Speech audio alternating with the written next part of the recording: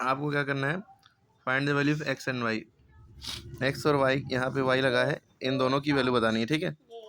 तो आपको दिया क्या है, ये एक्सटीरियर एंगल दिया है, ये दो इंटीरियर, इसमें से एक्स की वैल्यू ही निकालनी है। तो देखिए सबसे पहले तो कैसे लें, वाई की वैल्यू निकालने सबसे आसान है।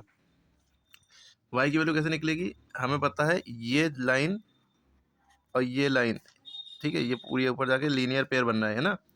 लीनियर पेयर की प्रॉपर्टी क्या होती है कि ये इन दोनों का सम कितना होना चाहिए, 180। इन दोनों का सम कितना होगा, 180, ठीक है। इन दोनों को जोड़ने पर 180 आना चाहिए, इन दोनों को जोड़ा 180 आना चाहिए। अब वाई की वैल्यू यहाँ से निकाल सकते हैं, वाई बराबर 180 माइनस 120, 180 में से 120 गया, 8 में से 6 160, ठीक है, सॉरी 60 डिग्री आ गया। क्लियर हो गई, वाई की वैल्यू 60 डिग्री आ गई।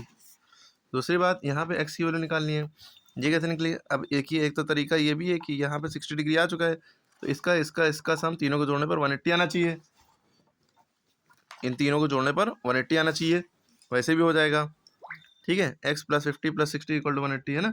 और दूसरी बात ये, the sum of two interior opposite angle equal to exterior. दूसरी बात ये है कि इन दोनों को जोड़ने पर ये एक्सटीरियर के बराबर आना चाहिए, दो इंटीरियर अपोजिट एंगल का सम एक एक्सटीरियर बराबर होता है, ये दोनों इंटीरियर अपोजिट एंगल है। एक्स प्लस 50 इन दोनों को जोड़ने पर इसके बराबर आना चाहिए, ये प्रॉपर्टी लिखी है ना। तो एक्स बराबर कितना हो जाएगा, 120 माइनस 50, एक सौ जीरो में जीरो के बाद ये 70 आ गया, ठीक।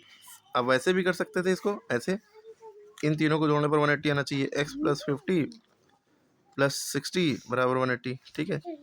तो एक्स प्लस 6 पाँच 11 110 बराबर 180, एक्स बराबर 180 माइनस 110, ठीक है। 180 में से 110 गया, 70 बचा। क्लियर हो गई बात, हाँ, अरे समझ में आया,